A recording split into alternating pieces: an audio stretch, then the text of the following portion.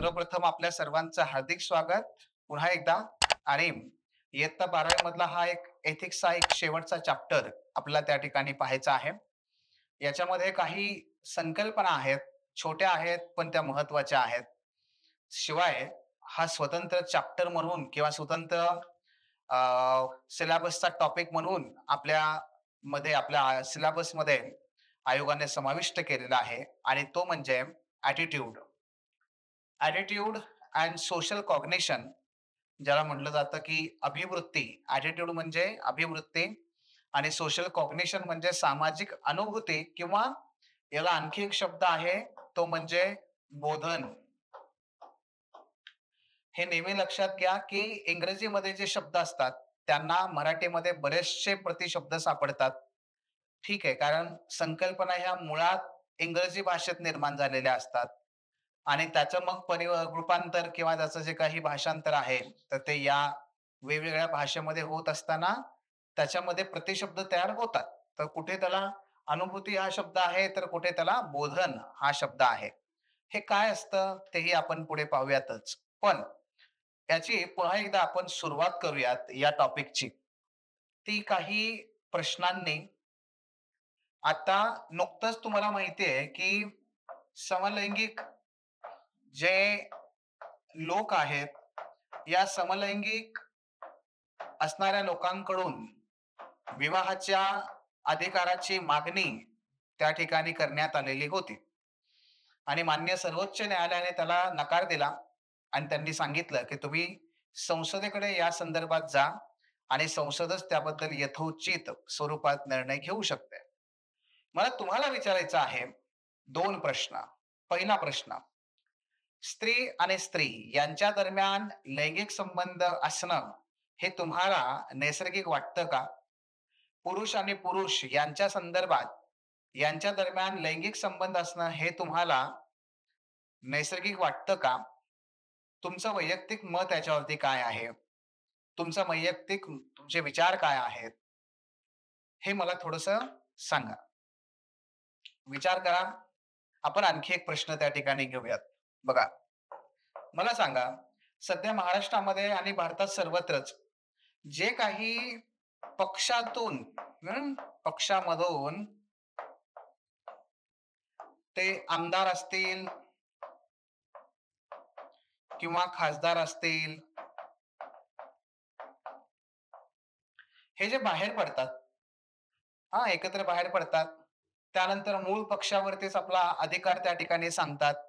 मूळ पक्षाचं चिन्ह त्या ठिकाणी काढून घेतात किंवा ज्या पद्धतीने आमदार या पद्धतीने पक्ष बदलतायत, ज्या स्वरूपामध्ये मतदारांनी ज्या पक्षांना निवडून दिलं त्यातले काही, ज्यांना निवडून नाही दिलं त्यातले काही, हे सगळे एकत्र येतात आणि सत्ता स्थापन करतात. या सर्वाबद्दल तुम्हाला काय वाटतं? तुमचं मत काय याच्यावरती? काय वाटतं तुम्हाला? तुमचं मत म्हणा, तुमचे विचार म्हणा, तुमच्या भावना म्हणा, काय काय वाटतं काय तुम्हाला? ते त्या ठिकाणी मला सांगा. पुन्हा एकदा करा, करा, विचार करा. झाला विचार? हं? ओके. चला बघूयात.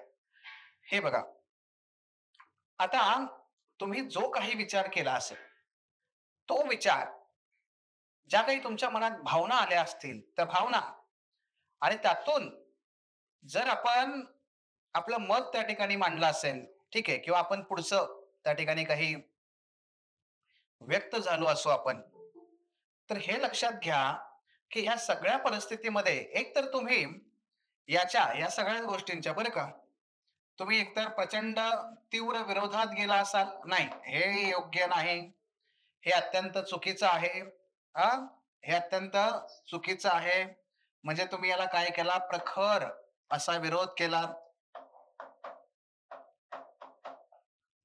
किंवा तुमच्यापैकी काही जणांनी याचं अगदी पुरेपूर असं समर्थन केलं असेल. पुरेपूर समर्थन देखील केलं असेल. किंवा तुमच्यापैकी काही जणांनी मात्र इथे, जसं आता काही जण म्हणाले असतील, की नाही, महाराष्ट्राचं काम होणं गरजेचं आहे. कोण कुठल्या पक्षात आहे काही घेणं-देणं नाही मला. ना राग येतो, ना त्या ठिकाणी काही दुःख होतं, काही नाही. म्हणजे हे कोण असतात? हे जनरली न्यूट्रल असतात. म्हणजेच काय, की ना त्या गोष्टीकडे फार दुःख, सुख या बाबतीत बघतायत, ना नकारात्मक बघतायत, नाही का? हे कुठेतरी आपल्याला तटस्थ स्वरूपाचं बाब दिसते. हे लक्षात घ्या, की काय आहे हे? हां, काय आहे? या दोन्ही उदाहरणांचा जर विचार केला, ठीक आहे. तर हे आहेत आपल्या अवती-भोवतीची परिस्थिती. ही परिस्थिती कशी आहे? ह्या सामाजिक घटना आहेत. ही सामाजिक घटना आहे. मी तुम्हाला वस्तूचं उदाहरण देतो. ठीक आहे. राम मंदिर किंवा श्रीराम मंदिर ही वस्तू. याबद्दल तुम्ही सगळ्या तुमच्या विचारांचं, मतांचं, तुमच्या व्यक्त होण्याचं जर आपण लक्षात घेतलं ह्या सगळ्या बाबी, तर either तुम्ही याला सपोर्ट करणारे असाल किंवा तुम्ही त्याला अपोज करणारे असाल किंवा तटस्थ राहाल. आहे की नाही? म्हणजेच काय, आपल्या अवती घडणाऱ्या ज्या वस्तू, असणाऱ्या वस्तू, मंदिर ही वस्तूमध्येच येणारी बाब आहे, पवित्र वस्तू आहे. मग मंदिरासारखी वस्तू असेल, यासारख्या घटना असतील, नव्हे आपल्या अवती लोकं असतील. या सर्वांबद्दल आपण ज्या पद्धतीने प्रतिसाद देतो मित्रांनो, तो आपला प्रतिसाद आपला ॲटिट्यूड ठरवतो.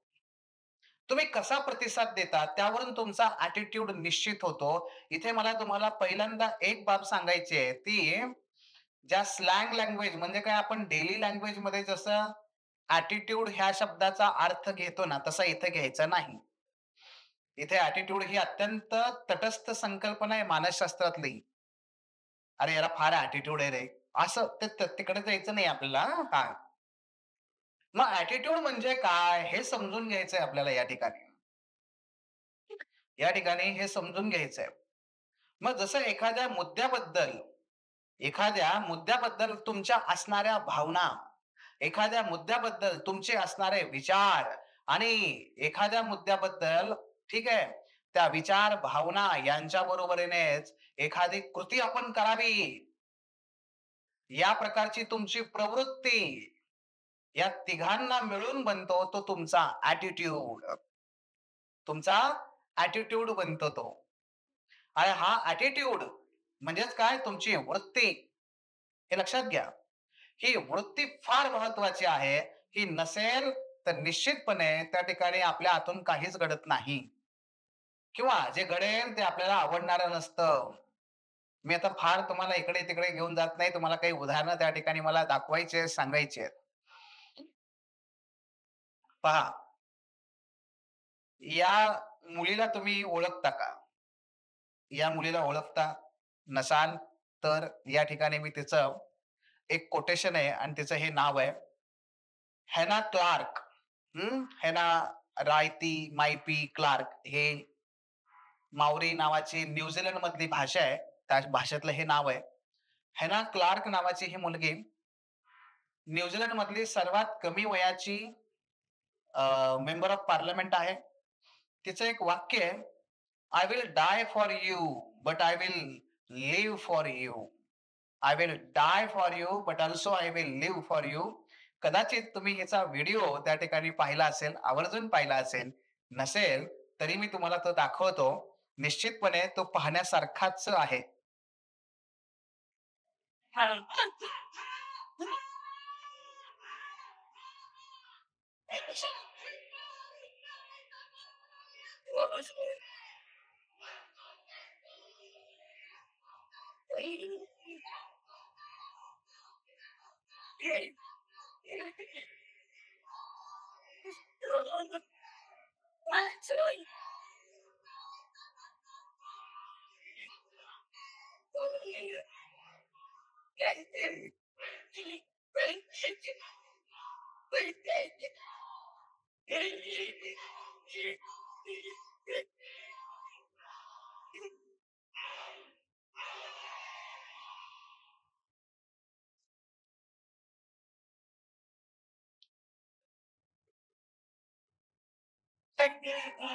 तुम्हाला याचा आवाज ऐकू आला का?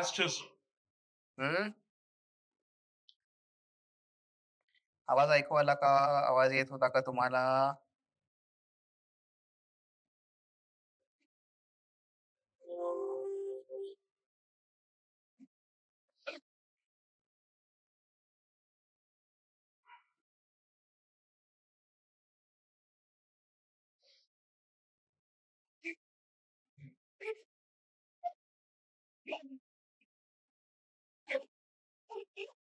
एकच मिनिट.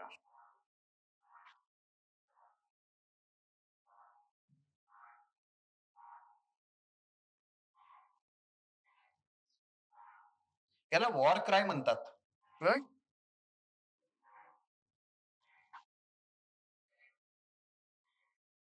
तुम्ही नक्की आवर्जून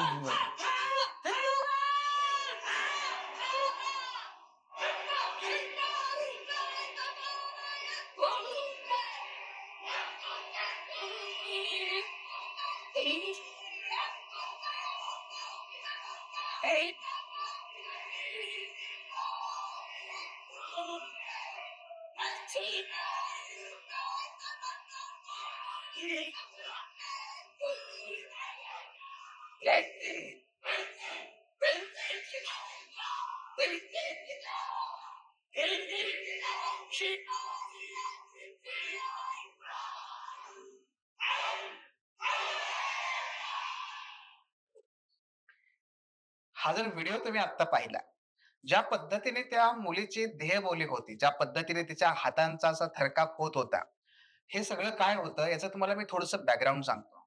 ते बॅकग्राऊंड असं आहे, की न्यूझीलंडमध्ये आणि ऑस्ट्रेलियामध्ये सुद्धा युरोपमधून अनेक लोक गेले.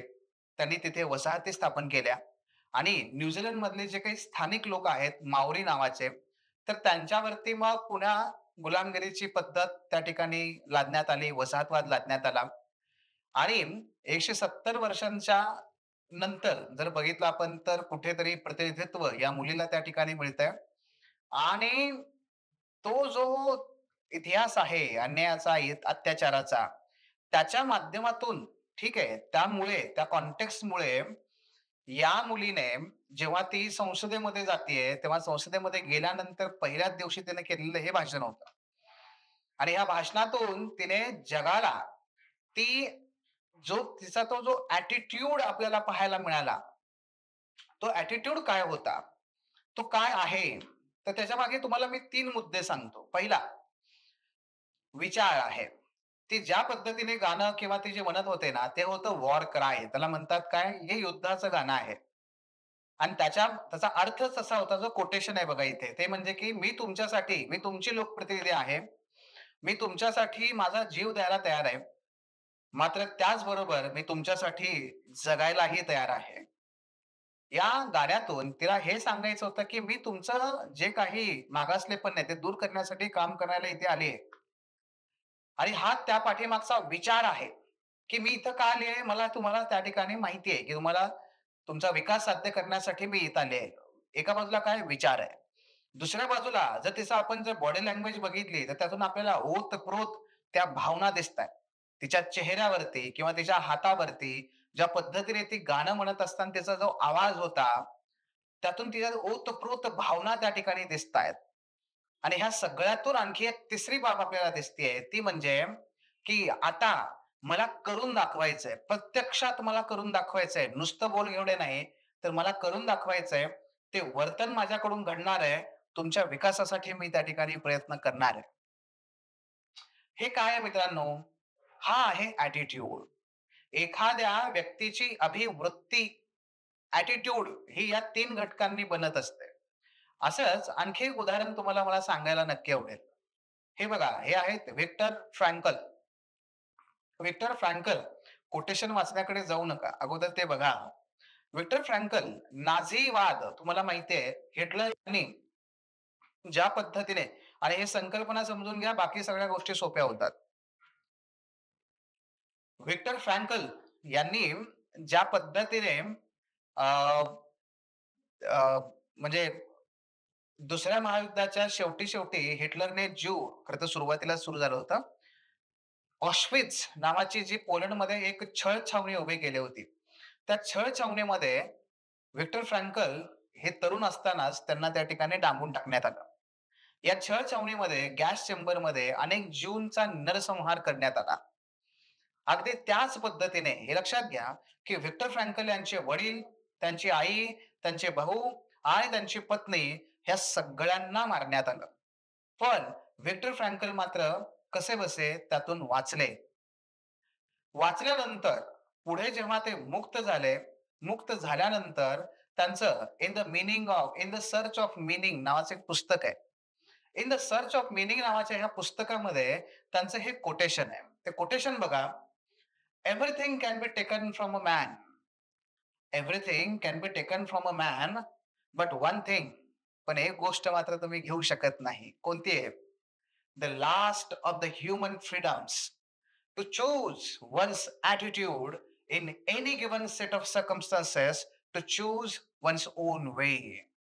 तुम्ही सगळं काही हिरावून घेऊ शकता. हो, परंतु त्या व्यक्तीची जी अभिवृत्ती आहे, ॲटिट्यूड म्हणजेच त्याचा दृष्टिकोन जगाप्रती असणारा, त्याचे विचार, त्याची भावना, त्याची कृती हे तुम्ही त्याच्यापासून हिरावून घेऊ शकत नाही. त्याचे दृष्टिकोन तुम्ही हिरावून घेऊ शकत नाही. यावरून त्याच्या जीवन जगण्याची पद्धत त्या ठिकाणी निश्चित होते. ते तुम्ही त्याच्याकडून हिरावून घेऊ शकत नाही. हे त्या ठिकाणी ते सांगतायत. हे लक्षात घ्या. मग व्हिक्टर फ्रँकल यांचा अनर्वित छळ केल्यानंतर सुद्धा त्यांच्या मनामध्ये कुठल्याही प्रकारे जर्मन लोकांप्रती असूया, सूड हा नव्हता कधीच. आणि म्हणून तर त्यांचा हा जो ॲटिट्यूड होता, हा जो दृष्टिकोन होता जीवनाप्रती, नाझींप्रती किंवा जर्मनीप्रती, हा त्यांना एक वेगळं अस्तित्व देऊन गेला. हे लक्षात घ्या. हा ॲटिट्यूड आहे. किंवा आणखी एक उदाहरण या ठिकाणी पहा. आता नुकताच त्यांच्या जीवनावरती चित्रपट येऊन गेला. सध्या ओ-टी-टी प्लॅटफॉर्मवरती हा चित्रपट आहे. मी आवर्जून तुम्हाला रिकमेंड करेन. हा चित्रपट नक्की बघा. हे आहेत फील्ड मार्शल, भारताचे पहिले फील्ड मार्शल सॅम मॅनेकशॉ, है ना? सॅम बहादूर किंवा सॅम मॅनेकशॉ. या चित्रपटामध्ये एक प्रसंग असा आहे, की जेव्हा मिझोराममध्ये वेगवेगळ्या प्रकारे चीनचं जे अटॅक होतं आणि त्यामुळे मग मोठ्या प्रमाणात हानी व्हायला लागते. आसाम असेल, मिझोराम असेल. या अशा वेळेस सॅम मॅनेकशॉ हे तिकडे जातात. पंडित जवाहरलाल नेहरू पंतप्रधान आहेत. बाजूला इंदिरा गांधीजी या बसलेल्या आहेत आणि या बैठकीमध्ये मॅनेकशॉ हे एक प्रस्ताव मांडतात, की आपण चीनला या भूमीपासून जरी ते रिट्रीट करत असले, माघारी जात असले, तरी त्यांना आपण रोखूया आणि रोखण्यासाठी आपण आपलं सैन्य जे आहे ते सीमेवरती नेऊन ठेवूयात. पंडितजींना असं वाटत होतं, की नाही याच्यामधून पुन्हा आपल्या सैनिकांचा त्या ठिकाणी जीव जाईल, सैनिकांचं आपलं नुकसान होईल आणि आता नको, आता युद्धाला अजून पुन्हा त्या ठिकाणी खतपाणी नको घालायला. त्यांचा जो हा ॲटिट्यूड आहे किंवा त्यांचे विचार, भावना आणि तशा प्रकारची कृती करण्याची वृत्ती, हे आवडत नाही इंदिराजींना आणि इंदिरा गांधीजी म्हणतात, की "पंडितजी, मला असं वाटतं, की सैन्याचा जन्मच मुळे या देशाचं संरक्षण करता-करता मरण्यामध्ये असतो. मातृभूमीसाठी बलिदान देण्यामध्ये असतो." हा इंदिराजींचा त्या ठिकाणी ते म्हणतायत. पण त्याच वेळेस सॅम मॅनेक्शॉ मात्र म्हणतात, की "इंदिराजी माफ करा. इंदिराजी, सैन्याचा जन्म हा देशाच्या संरक्षणासाठी, संरक्षण करता-करता मरण्यासाठी नसतो, तर शत्रूचा जीव घेण्यासाठी असतो, शत्रूला मारण्यासाठी असतो." मित्रांनो, एका छोट्या प्रसंगामध्ये तुम्हाला सेम सिच्युएशन आहे बघा. त्या भारत आणि चीनच्या युद्धाची. पंडितजी कशा पद्धतीने बघतायत, पंडितजींचा दृष्टिकोन कसा आहे, इंदिराजींचा दृष्टिकोन कसा आहे आणि पुन्हा सॅम मॅनेक्शॉ यांचा दृष्टिकोन कसा आहे. पण तिघात तुम्हाला तो फरक जाणवेल. आहे की नाही? हा असतो ॲटिट्यूड. म्हणजे पंडितजींचा तो ॲटिट्यूड, त्यानंतर इथे इंदिराजींचा तो ॲटिट्यूड आणि सॅम मॅनेकशॉ यांचा ॲटिट्यूड हे तिघे वेगळे आहेत बघा. इथे ॲटिट्यूडला नकारात्मक बघू नका. मी पहिल्यांदा तुम्हाला सांगितलेलं आहे हां. ॲटिट्यूडला म्हणजे इथं काय बघा, दृष्टिकोन असं माना तुम्ही थोड्या वेळाकरता. दृष्टिकोन.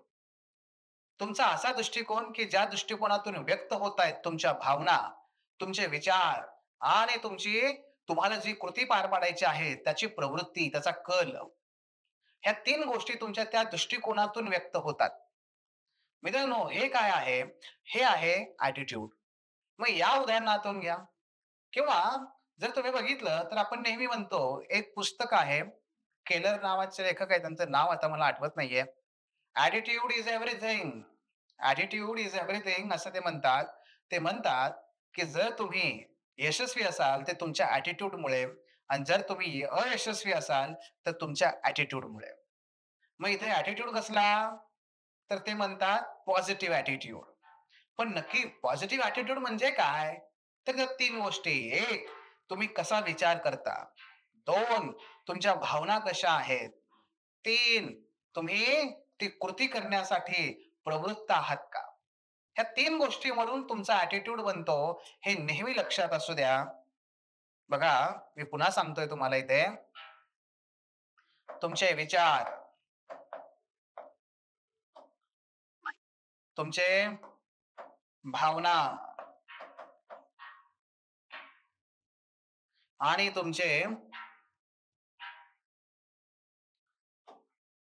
आणि तुमचे कृती करण्याची किंवा वर्तन किंवा कृती साठीची तयारी,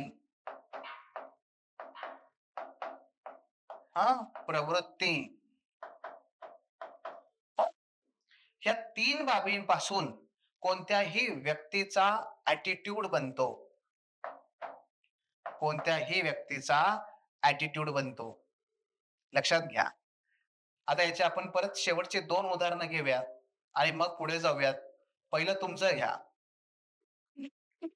तुम्ही आत्ता या परीक्षेमध्ये जर तुम्हाला यशस्वी व्हायचं असेल, प्रत्येक शिक्षक आम्ही सदैव तुम्हाला सांगत आलोय, you need to be positive. तुमचा ॲटिट्यूड हा नेहमी पॉझिटिव्ह असला पाहिजे. आहे की नाही? असं म्हणतो की नाही आपण? बरं, बघा.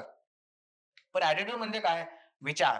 तुम्ही सतत अशा प्रकारचा विचार तुमच्या मनात असला पाहिजे, की येस, मला या परीक्षेमध्ये निश्चितपणे यश मिळू शकतं, कारण माझ्याकडे या प्रकारच्या क्षमता आहेत.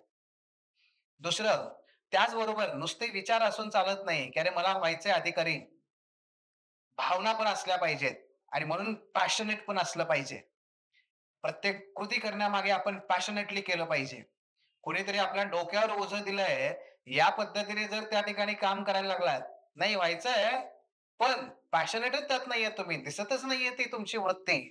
वृत्ती म्हणण्यापेक्षा तुम्ही ते भावना त्यातून व्यक्तच होत नाहीयेत. तुमची बॉडी लँग्वेज तशा प्रकारची नाहीये. तर नाही हो, ते होत नाही. आणि तिसरं, विचार पण आहे, हो मला व्हायचंय. दुसरं, मी होणार, मी करून दाखवणार. पण नुसताच बोलतोय. प्रत्यक्ष अभ्यास करण्याची मात्र कुठलीच शक्यता नाहीये याची.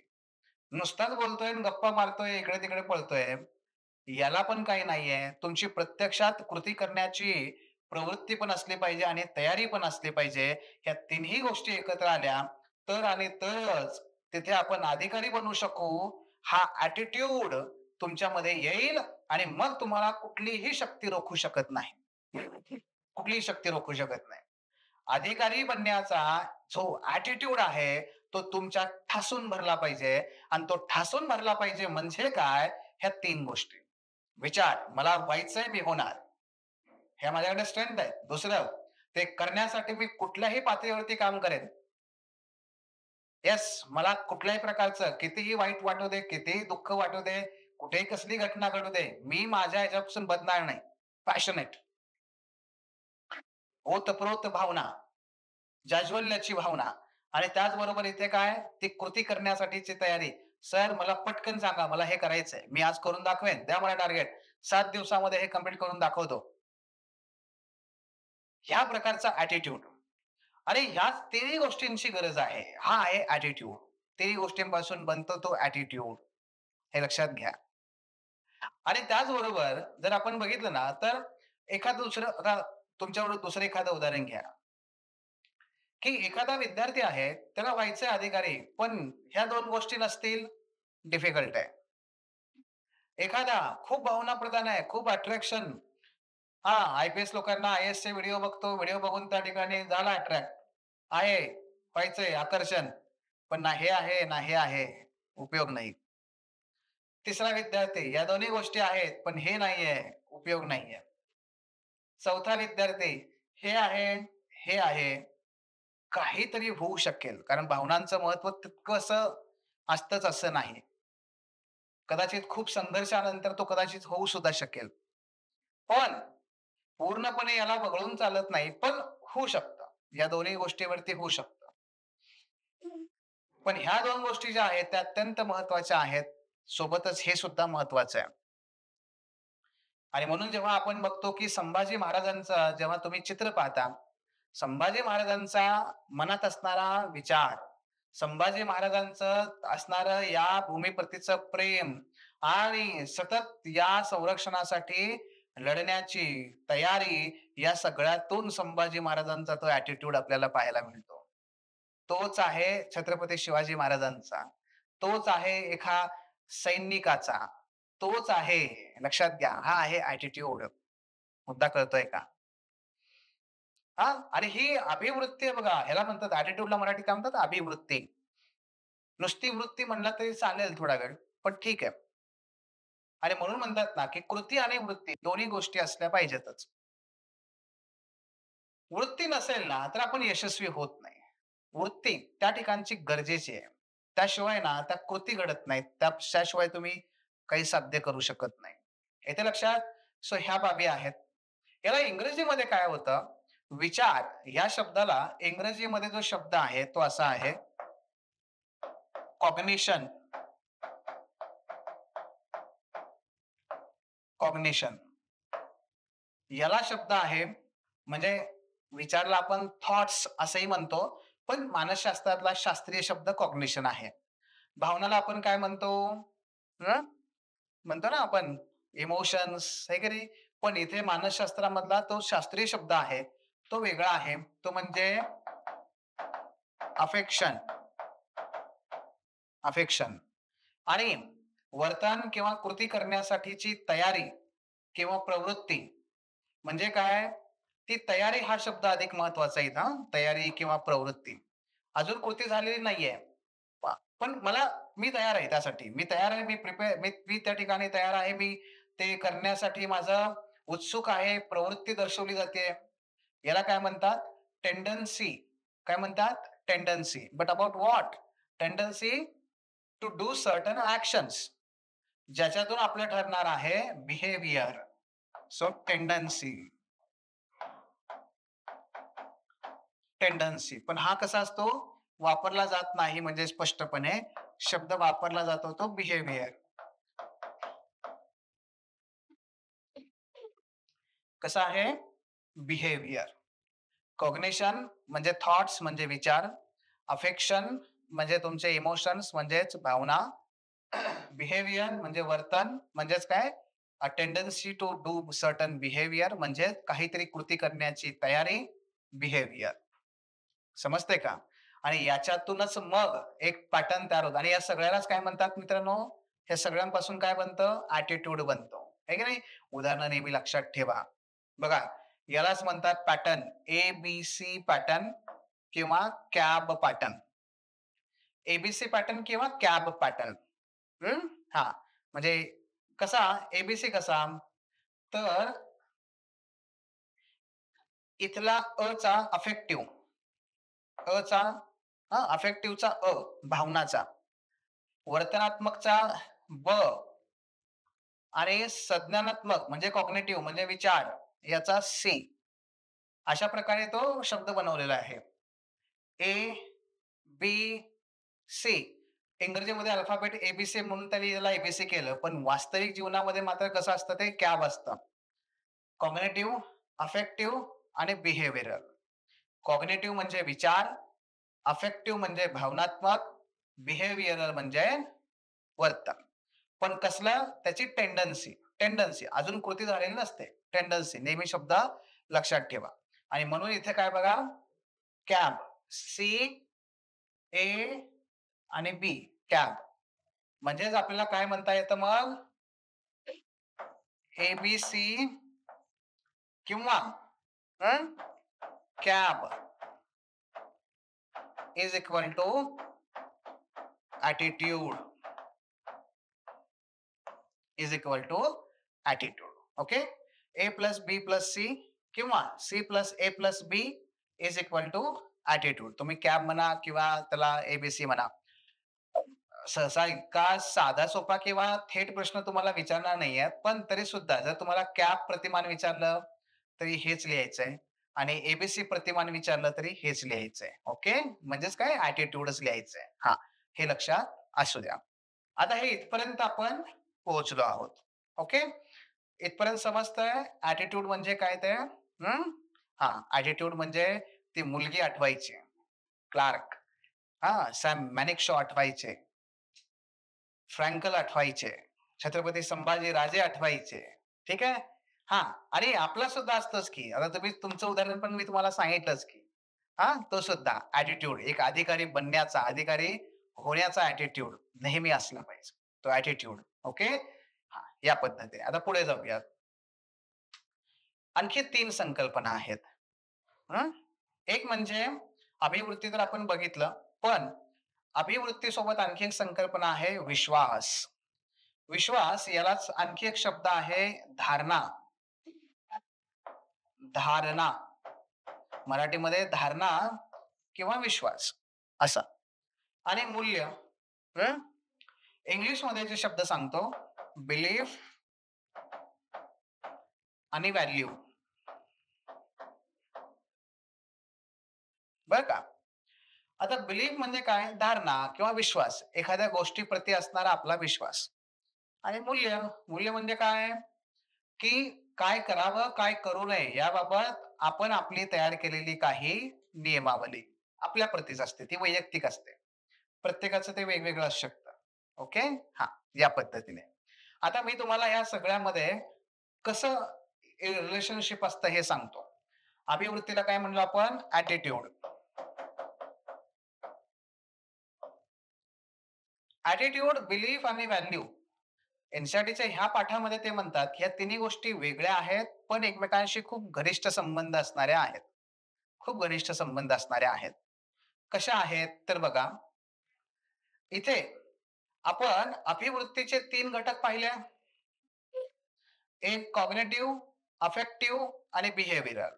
संज्ञानात्मक, भावनात्मक आणि वर्तनात्मक. ओके.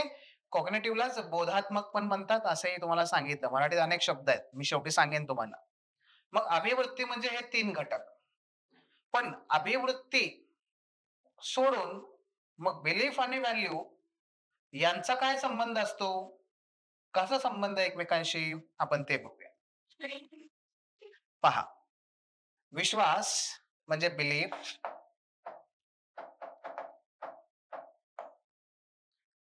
भावना म्हणजे इमोशन्स किंवा अफेक्टिव्ह.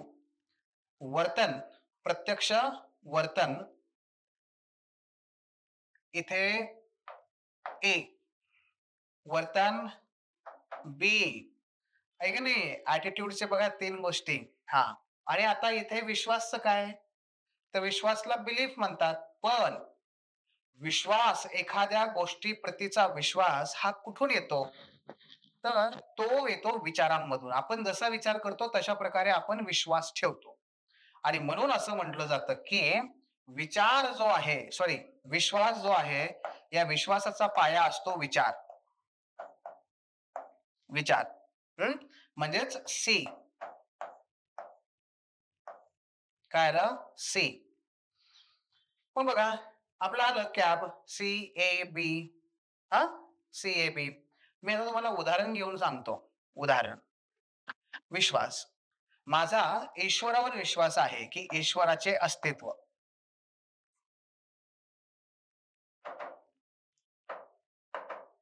हं? ईश्वर आहे. ईश्वर आहे. हा झाला विश्वास. म्हणजे हा झाला विचार.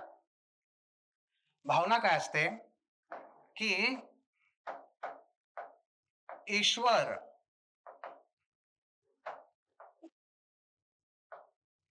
दयाळू आहे. ईश्वरावर निस्सीम भक्ती मी करतो. ईश्वरावर माझं निस्सीम प्रेम आहे. हं? सो प्रेम हं? ती एक भावना आहे. त्यानंतर भक्ती, त्याच्याप्रती भक्ती तेव्हाच येते जेव्हा मी समर्पित करतो माझ्या स्वतःला. ती सुद्धा भावनाच आहे. त्यानंतर दयाळूपेक्षा सुद्धा इथे शब्द घ्या, पावित्र्य, पवित्र.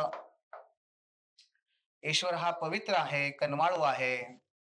ईश्वराबद्दल भीती बाळगली पाहिजे. त्याच्या विरोधात, त्याच्या उलट काही वागलं नाही पाहिजे.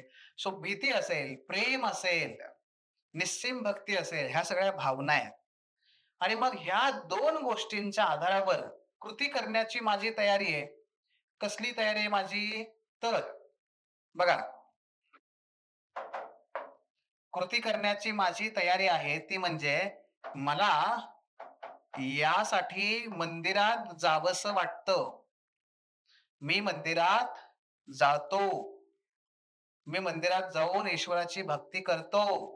ठीक आहे. म्हणजे बघा ह्या तिन्हीतून काय झालं, एक प्रकारचे विशिष्ट वर्तन त्या ठिकाणी घडून आलं. पण असं होऊ शकतं ना, की एखादा म्हणेल, की "हे बघ, तू जसं म्हणतोयस ना, ठीक आहे मला सगळं मान्य आहे. पण हे लक्षात घे, मलाही हे मान्य आहे, की ईश्वर आहे. माझंही ईश्वरावरती खूप प्रेम आहे. पण म्हणून मंदिरात गेलं पाहिजे असं काही नाही. म्हणून मंदिरात गेलं पाहिजे असं काही नाही. मूर्तीपूजा केलीच पाहिजे असं काही नाही." लक्षात घ्या. 2 उदाहरणे सांगतोय मी तुम्हाला इथे. रामकृष्ण परमहंस, रामकृष्ण परमहंस. ओके. आणि त्याचबरोबर दुसरे होते महात्मा फुले. बघा, दोघांचाही विश्वास होता, हां, ईश्वर आहे. दोघांच्याही मनात ईश्वराप्रती खूप चांगली भावना होती. पण रामकृष्ण परमहंस हे मंदिरात जायचे आणि मंदिरातच ते आईच्या समोर बसून पूजा अर्चा करायचे. लक्षात घ्या. महात्मा ज्योतिबा फुले मात्र म्हणाले, मंदिरात जाण्याची गरज काय आहे? कारण निसर्ग हा निर्मिक हा इथेच आहे, चराचरात आहे. त्यामुळे ते मात्र मंदिरात गेले नाहीत. काय बदललं दोघांचं? मूल्य व्यवस्था बदलली. काय करावे, काय करू नये? रामकृष्ण परमहंस म्हणतात, मंदिरात जा, आईच्या समोर बसून मागणं मागा. महात्मा फुले म्हणतात, की नाही. काय गरज आहे? चराचरात ईश्वर आहे. मी नाही जाणार.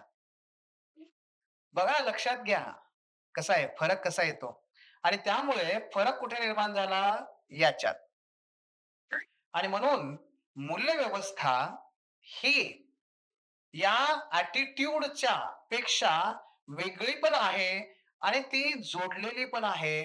ती विभाजित करता येणं फार कठीण आहे. म्हणून फक्त आत्ता मला तुम्हाला एवढंच सांगायचं आहे, की आपला जो ॲटिट्यूड असतो, त्याच्यामध्ये पहिलं येतं विचार, भावना आणि कृती करण्याची तयारी. ठीक आहे. आता हा ॲटिट्यूड रामकृष्ण परमहंसांचा बघा आणि महात्मा ज्योतिबा फुले यांचा ॲटिट्यूड बघा. दोघांचा कसा आहे? वेगळा आहे. पण दोघांचा वेगळा जरी असला तरी सुद्धा त्यांचे विचार जवळपास सारखे होते. भावना जवळपास सारख्या होत्या. ते कृती सुद्धा त्यांनी केलेली आहे. फक्त कृती कशी केली? यांनी मंदिरात जाऊन केली, यांनी निसर्गामध्येच केली. म्हणजे कृती ही पार पाडलेली आहे, पण कृतीमध्ये भिन्नता आली. आहे की नाही? कृतीमध्ये भिन्नता आली. आणि म्हणून असं म्हटलं जातं, की ही भिन्नता जी आली ती प्रामुख्याने त्यांच्या मूल्य व्यवस्थेतून आली. मूल्य ही प्रत्येकाची वेगवेगळी असतात, असू शकतात. परंतु परंतु हे पूर्णपणे या तिघांपासून वेगळी करता येत नाही आणि म्हणून ही सायकल ही नेहमी एकमेकांशी कनेक्टेड असते. बॉटम लाईन कन्क्लुजन एंड करूयात. ते म्हणजे हे नेहमी लक्षात ठेवा, की ते म्हणजे अभिवृत्ती म्हणजे ॲटिट्यूड, मूल्य, व्हॅल्यूज आणि विश्वास, बिलीफ हे 3 घटक हे 3 घटक एकसारखे नाहीयेत, पण यांच्यामध्ये वेगळं न करता येणारं संबंधपणा आहेत. ओके? हां, हे त्या ठिकाणी लक्षात घ्या. आता परत मी याच्याकडे येणारच आहे. परत तुम्हाला उदाहरणं सांगतोच पुढे, पण आता थोडंसं पुढे जाऊया. मग शेवटी अभिवृत्तीची एक व्याख्या बघूया. ॲटिट्यूडची व्याख्या बघूया. व्याख्या तशी मोठी आहे. सहजपणे लक्षात राहीलच निश्चितपणे. बघा, अभिवृत्ती म्हणजे मनाची अशी अवस्था, विविध मतांचा संच किंवा काही विषयाशी संबंधित आपले विचार. अभिवृत्ती काय असते? आपल्या मनाची एक अशी अवस्था असते किंवा आपल्या मतांचा एक संच असतो किंवा एखाद्या या विषयाशी संबंधित आपले विचार असतात. यापैकी काहीही तुमचं ते ॲटिट्यूड होऊ शकतं. मग याच्यामध्ये काय, की ज्याच्यामध्ये एक मूल्यांकनात्मक वैशिष्ट्य, सकारात्मक किंवा नकारात्मक किंवा तटस्थ 3 प्रकारचे ॲटिट्यूड असतात. एक पॉझिटिव्ह ॲटिट्यूड जे आपण नेहमी म्हणतो, की हां, निगेटिव्ह ॲटिट्यूड जो आपण म्हणतो, की नसावा आणि तिसरा तटस्थ न्यूट्रल ॲटिट्यूड काही ठिकाणी गरजेचा असतो. Neutral attitude. अशा प्रकारे हे काय असतात मूल्यांकन त्यामध्ये निहित असतं आणि तसेच यामध्ये भावनिक घटक आणि विशिष्ट प्रकारे कार्य करण्याची प्रवृत्ती हे देखील निहित असते. मित्रांनो, आपण आत्तापर्यंत जे पाठीमागे डिस्कस केलं ना, विचार, भावना आणि कृती करण्याची प्रवृत्ती किंवा वर्तन करण्याची तयारी, ह्या 3 गोष्टीच इथे फक्त वेगळ्या शब्दात मांडलेल्या आहेत. त्यामुळे सहज लक्षात राहिले ठेवा, नाही लक्षात राहिले काही फरक पडत नाही. आपल्याला ते ॲज इट इज सांगता आलं पाहिजे असं नाही. आपल्याला डिफाईन करता आलं पाहिजे आणि जे आपण केलंय. कसं केलं? विचार, भावना आणि कृती करण्याची तयारी यापासून व्यक्तीची अभिवृत्ती निर्माण होते. झालं. यापासून व्यक्तीची अभिवृत्ती निर्माण होते. ही 3 अंग आहेत त्याची.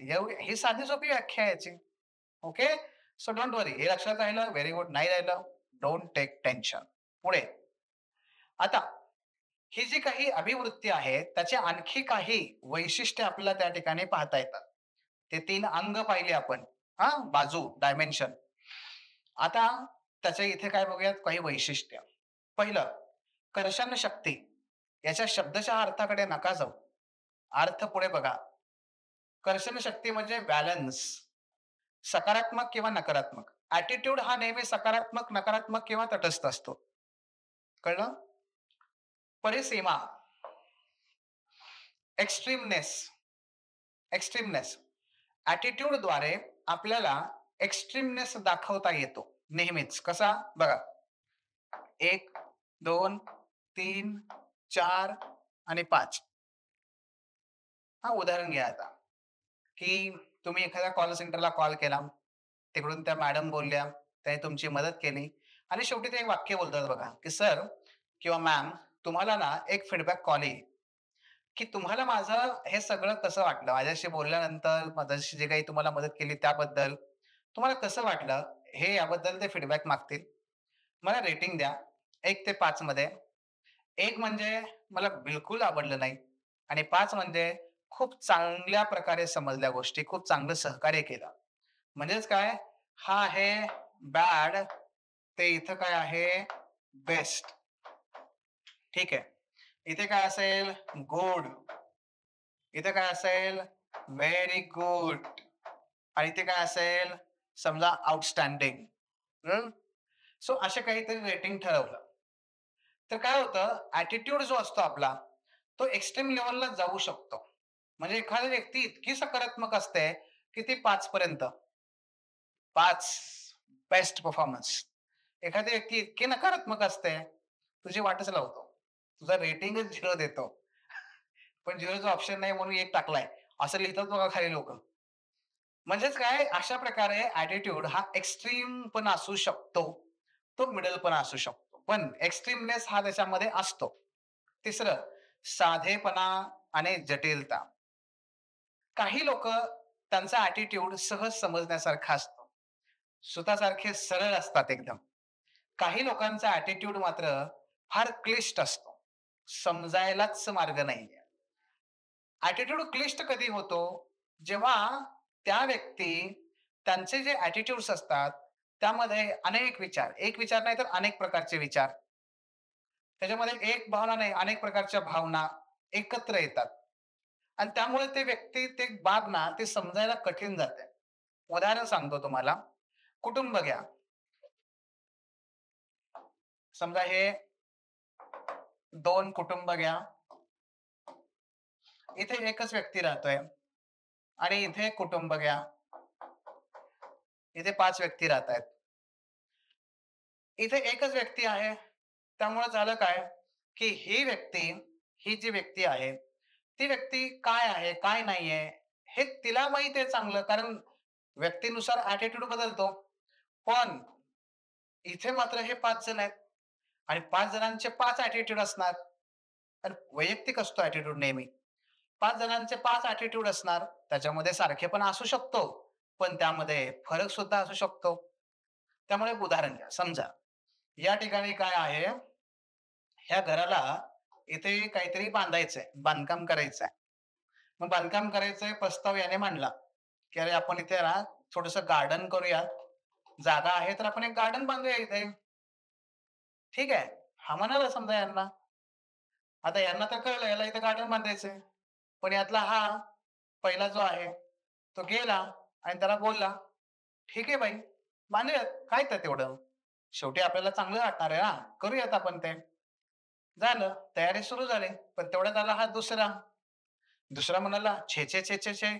अहो तुम्ही झाडं लावणार, आमच्या घरामध्ये मुळ्या शिरणार, हे ते असं-तसं. नाही, नाही, हे नाही चालणार." तिसरा आला. तो म्हणाला, "नाही, चालतंय, पण आपण भाजीपाला फक्त लावायचा. झाडं अन् फुलं कुठे घेऊन बसायचं त्याला.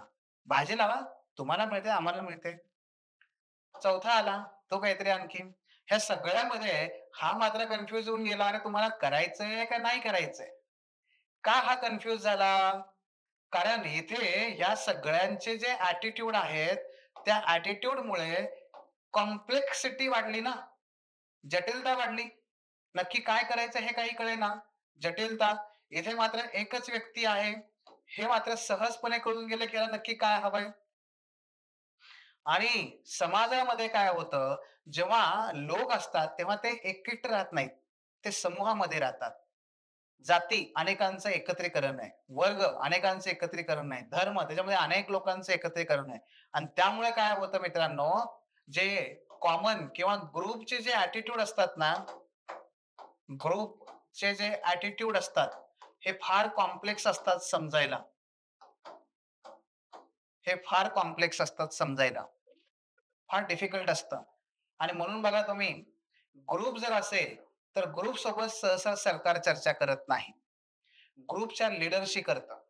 त्याचं म्हणणं हे असतं, "अरे, प्रत्येकाच्या ॲटिट्यूडला कुठे झेलत बसायचं. त्यापेक्षा काय, तू बोल सगळ्यांशी आणि ये आमच्याकडे आणि फायनल सांग, की नक्की काय हवंय तुम्हाला. तुमच्या भावना मांड, तुमच्या विचार मांड आणि तुम्हाला काय करायचंय हे सांग." कळलं? आणि म्हणून काय होतं, की हे जटिल बनतं. ह्या सगळ्यांचा जेव्हा अनेक लोकं, अनेकांचे ॲटिट्यूड एकत्र येतात, तेव्हा त्याला काय होतं, ते जटिल बनतं. आणि यालाच एक शब्द वापरतात, तो म्हणजे काय? Attitude system. कारण अनेक आहेत ना, ते अनेक एकत्र आल्यानंतर त्याला एक सिस्टमचं स्वरूप येतं. तर ॲटिट्यूड सिस्टम म्हणतात. ओके. आणि केंद्रिकता, केंद्रिकता. मग हे जे ॲटिट्यूड सिस्टम आहे, ज्याच्यामध्ये अनेक जण एकत्र येतात. ठीक आहे. अनेक जण एकत्र येतात. तर उदाहरण घ्या, की पुन्हा एकदा इथे समजा हे जे आहेत ना 5 जण हे, एक इथे आहे, एक इथे आहे, हा एक इथे आहे, दुसरा इथे आहे आणि तिसरा इथे आहे. ओके. वर्तुळ आहेत समजा ही अशी. मी वर्तुळ काढतो मी तुम्हाला ते कळेल. 1, 2, 3, 4. 1, 2, 3, 4. हं. हे 5 जण जे आहेत त्याच्यामध्ये हे आहेत सर्वात ज्येष्ठ पुरुष घरातले. आपल्या भारतातलं उदाहरण घ्या. घरातले ज्येष्ठ पुरुष, त्यांची बायको, ज्येष्ठ आजी, त्या दोघांचा मुलगा, त्या मुलगाची बायको आणि त्यांची ही मुलगी. म्हणजे आजोबा, आजी, वडील, आई आणि मुलगी. अशा पद्धतीने 5 जणांचं काय केलं या ठिकाणी आपण हे स्थान इंडिकेट केलं. हे कशाच्या आधारावर माहिती आहे? ते म्हणजे जर समजा उद्या ह्याच्यासोबत डील करायचंच झालं, की बगीचा कुठे बांधायचा का नाही बांधायचा, तर याच्यामध्ये फायनली सगळ्यांचं ऐकून निर्णय कोण घेणार आहे? तर जो सेंटरला असतो तो, म्हणजे ज्याच्या भोवती सगळी काही अथॉरिटी केंद्रीभूत झालेली आहे, त्याच्याच ॲटिट्यूडला सगळ्यात जास्त महत्त्व असतं. इथे कोण आहे? आजोबा. मग आजोबा जे म्हणतील ते फायनल. त्याला म्हणतात काय? केंद्रिकता.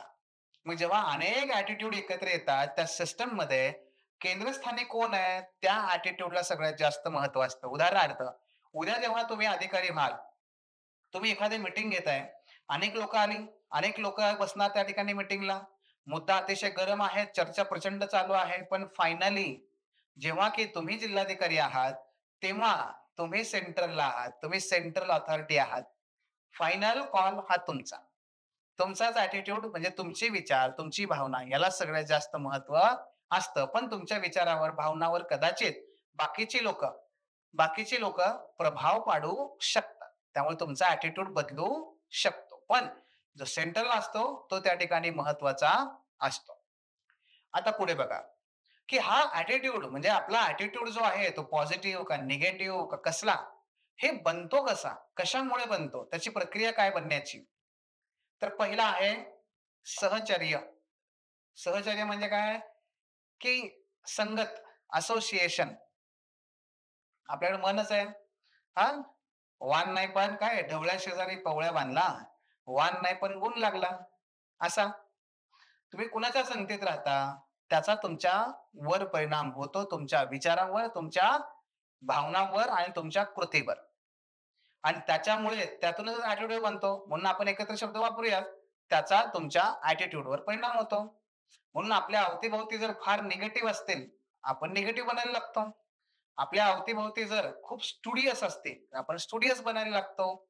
हे लक्षात घ्या. हा एक महत्त्वाचा मुद्दा आहे.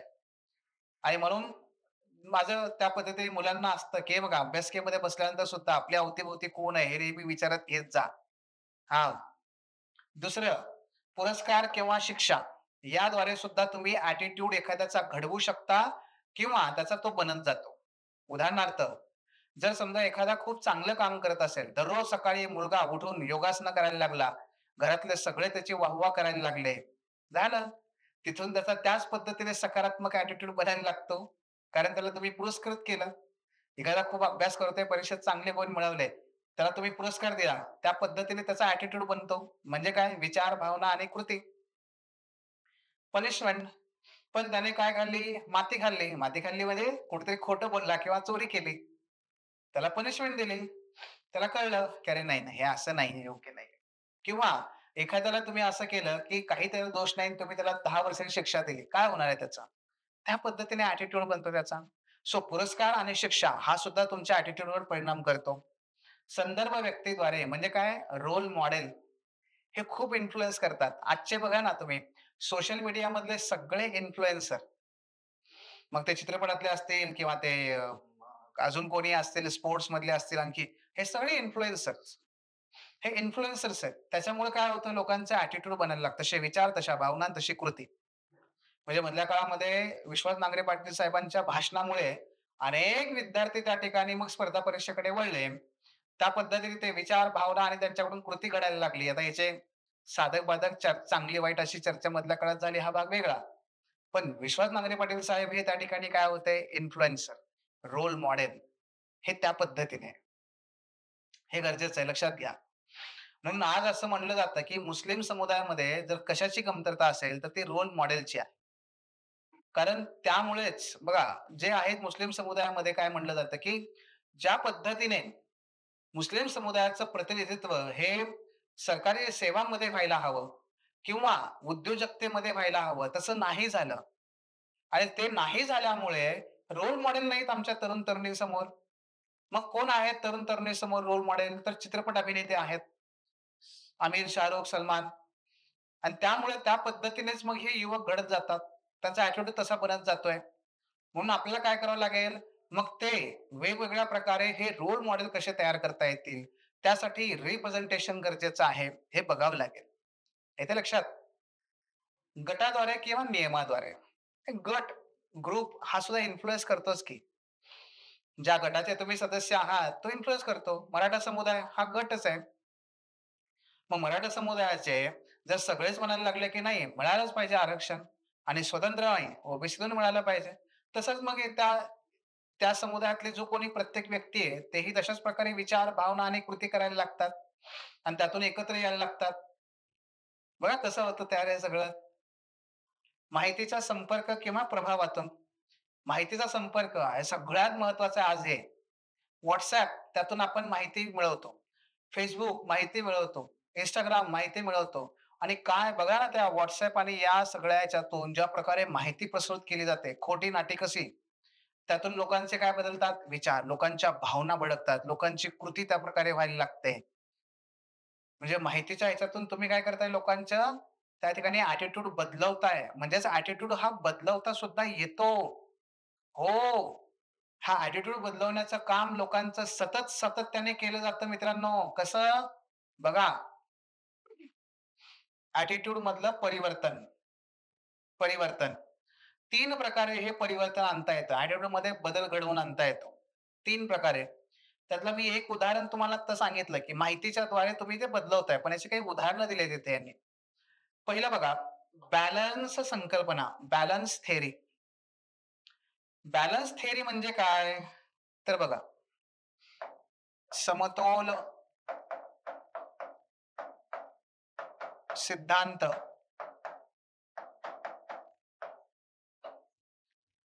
समजा हा ट्रायंगल आहे. हा ट्रायंगल आहे. इथे आहे जॉन, इथे आहे जुली आणि इथं आहे समजा जेनी. ठीक आहे?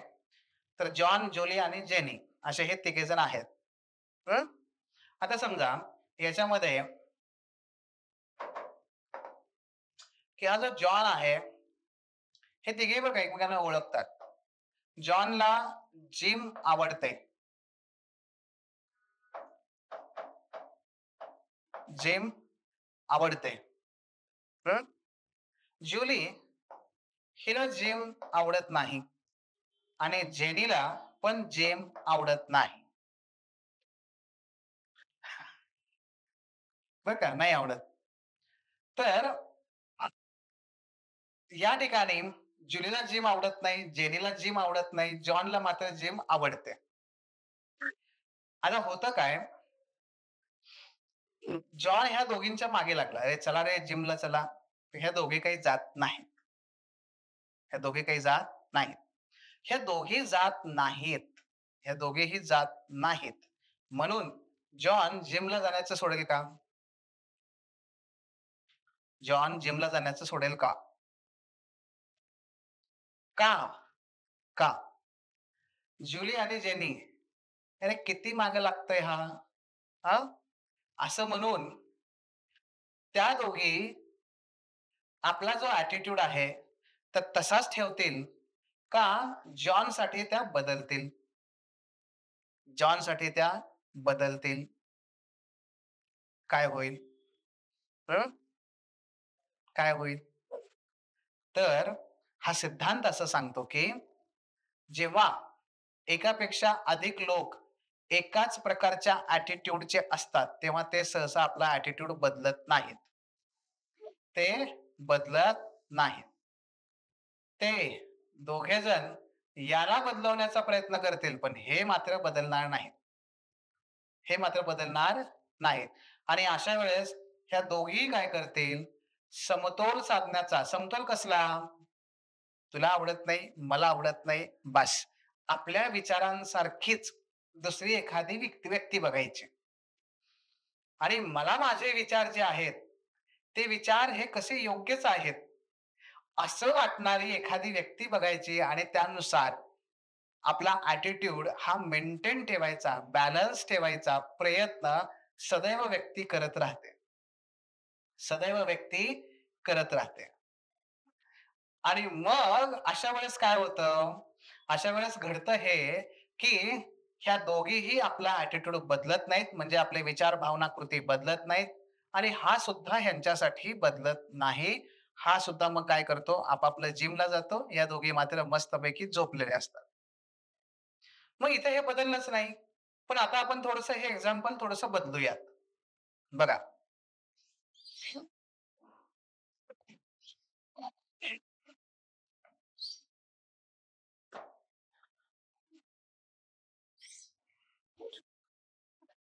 समजा या ठिकाणी आहे टॉम. हा आहे टॉम. ठीक आहे. आणि इथे आहे टीना आणि इथे आहे जिम. बरं का. इथे व्यक्ती पण असू शकते, वस्तू पण असू शकते, एखादी घटना पण असू शकते हां. हां, काही पण असू शकते इथे. समजा आता इथे आपण जिम घेतली. आता 2च व्यक्ती घेतल्या. तर टॉमला जिमला जायला बिलकुल आवडत नाही. पण टीनाला मात्र जिमला जायला भरपूर आवडतं आणि टॉमचं टीनावर खूप प्रेम आहे. पण होतंय काय, टॉमला जिमला जायचं नसतं, टीनाला जिमला जायचं असतं. टीना आपलं सकाळी उठून 5 वाजता रेडी आणि लगेच जिमला तयार आणि हा मात्र आपला पालथा होताना कसाही पडलेला आहे असा इकडे-तिकडे झोपून. माझा ती जाते उठवायला, तो उठत नाही. पण नंतर ती रुसून बसते. रुसून बसल्यानंतर होतं काय, तो म्हणतो की "नाही यार, असं नाही. मी येतो, पण आज नाही उद्या." उद्या परत येते. परत उठवायला लागली. परत हा त्याचं तेच उद्या. असं 1, 2, 3 आठवडे झालं, पण नाहीच आहे. बिनसलं दोघांचं यातून.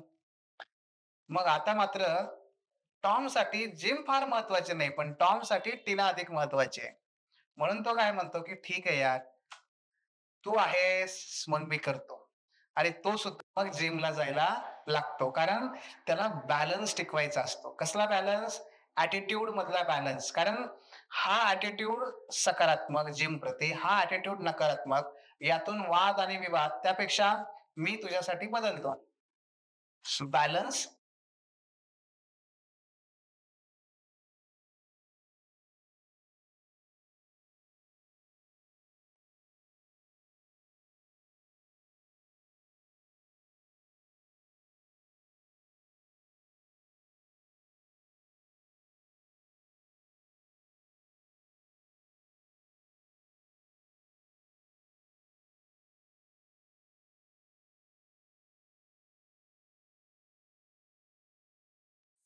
इथे आहे अब्दुल, इथे आहे कविता.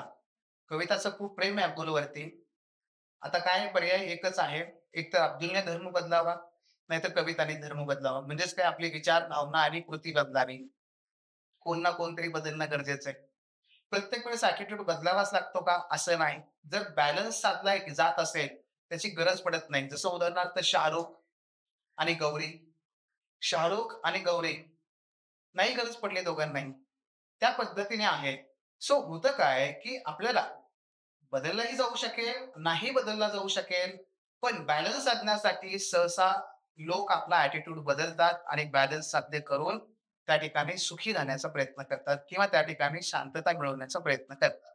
ओके? सो हे आहे पहिलं थिअरी. दुसरं आहे कॉग्निटिव्ह डिसोनन्स. कॉग्निटिव्ह डिसोनन्स. बोधनिक विसंवाद. बऱ्याच वेळेस विसंवाद असतो. कशामध्ये? कशामध्ये विसंवाद असतो?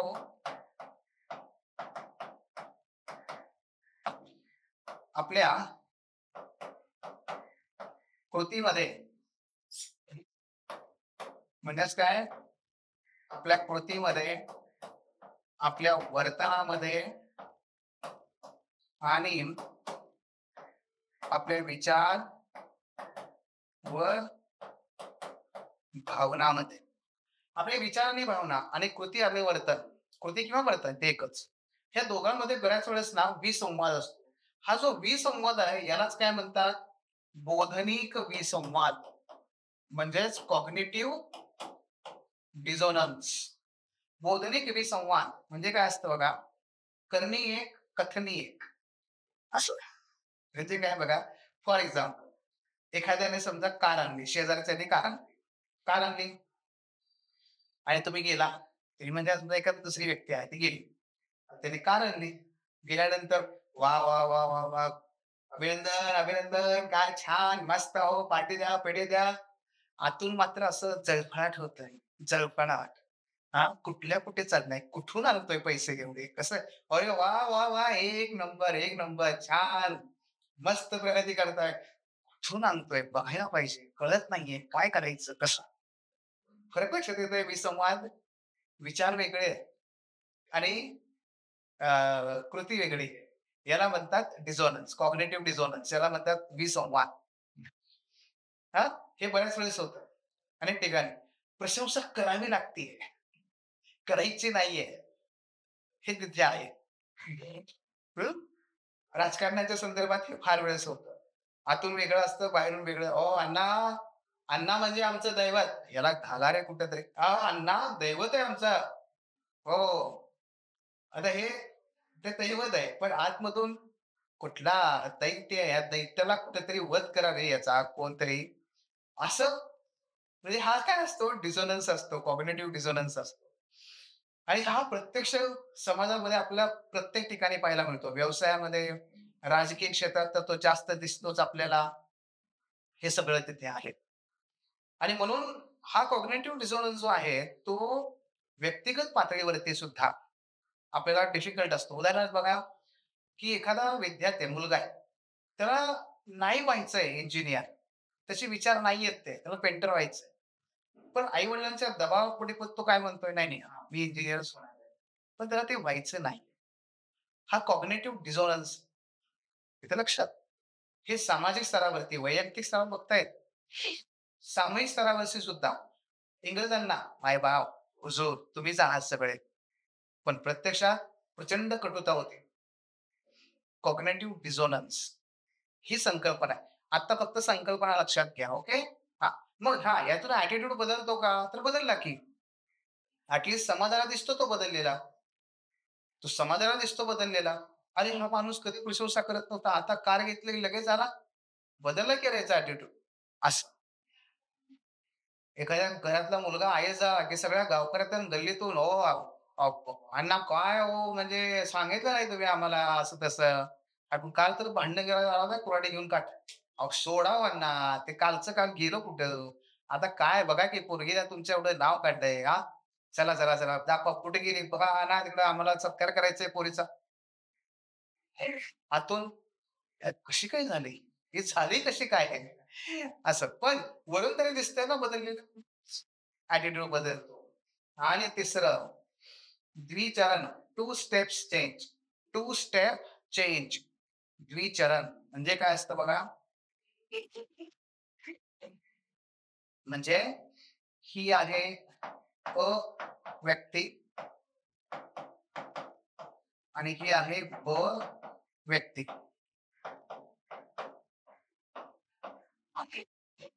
ही आहे विद्यार्थी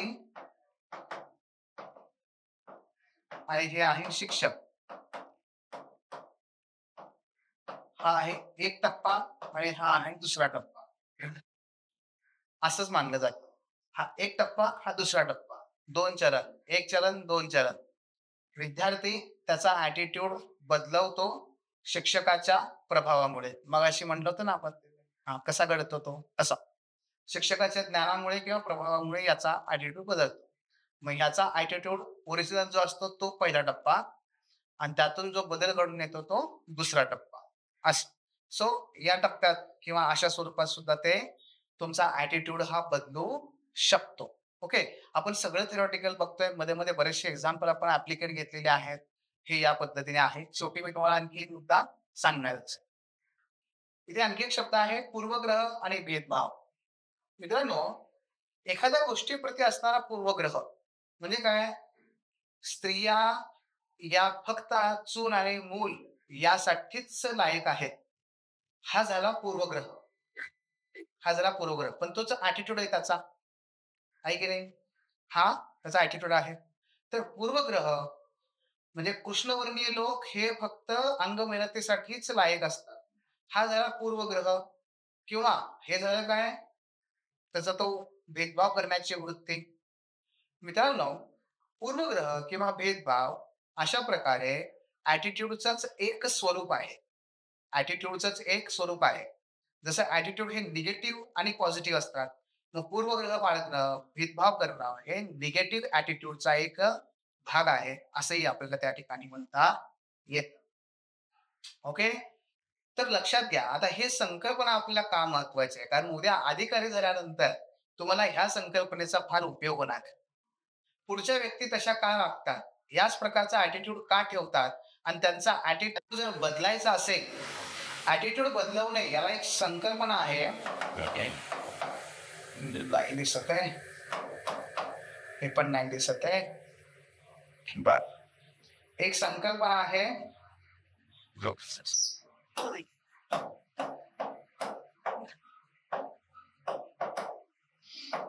पर्सुएशन किंवा पर्सुएशन. पर्सुएशन म्हणजे काय?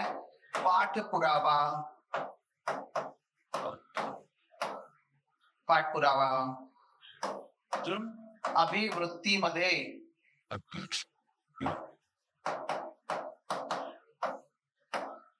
बदल.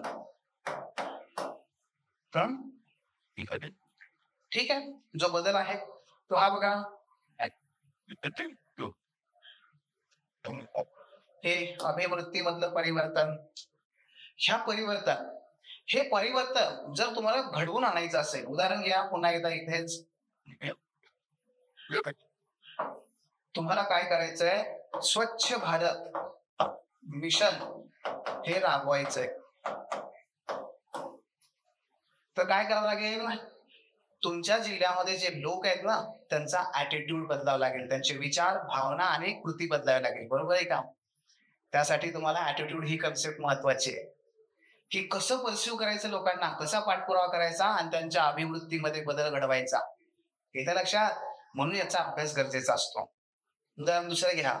बेटी बचाव बेटी पढाव. मुली वाचल्याही पाहिजेत आणि मुली शिकल्याही पाहिजेत. फार कठीण गोष्ट आहे. मग लोकांचा ॲटिट्यूड कसा बदलवायचा तेच तुम्हाला करणं गरजेचं. त्यासाठी लोकांचा पाठपुरावा, पर्सुएशन हे गरजेचं असतं. हे कसं करायचं, कशा पद्धतीने करायचं, म्हणून तुम्हाला ही कॉन्सेप्ट त्या ठिकाणी होते. मित्रांनो, आता बघा, एकूण स्टेट बोर्ड आणि एनसीईआरटी या तर सगळे चॅप्टर आपले त्या ठिकाणी आपण कव्हर केलेले आहेत. ह्याच्या पलीकडे आणखी फारसं त्यात काही नाहीये. सोसायटीचा पार्ट तर आपण ऑलरेडी कव्हर केलेला आहे. तर निश्चितच आता तुम्हाला यातून बऱ्यापैकी एथिक्स आणि एथिकल बाबी या ठिकाणी लक्षात येत असतील. आपण society to philosophy to psychology असा सगळा प्रवास केलेला आहे. The officer your personal mentor चॅनलच्या नवनवीन अपडेटसाठी चॅनलला लाईक, सबस्क्राईब आणि शेअर करा. थँक्यू.